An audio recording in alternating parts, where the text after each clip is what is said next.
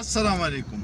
हिंदुस्तान के झूठे प्रोपेगंडे का अंदाज़ा इस बात से लगाइए कि वहाँ पे मीडिया चीख चीख के कह रहा है कि हिंदुस्तानी जहाज़ों ने लाहौर की बंदरगाह और पेशावर की बंदरगाह को तबाह किया और अब वहाँ पे आग लगी हुई है।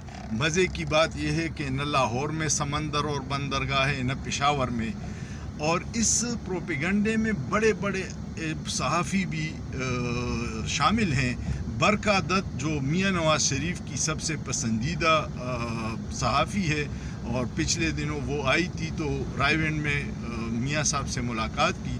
उसने भी दावा किया है कि पाकिस्तान के 2 जेफ थंडर और एक F-16 को हिंदुस्तान ने मार गिराया है, जो झूठा साबित हुआ है। जंग में सबसे पहला कत्ल सच का होता है। आपका क्या ख्याल है? सोचिए, सोचना जुर्म नहीं है।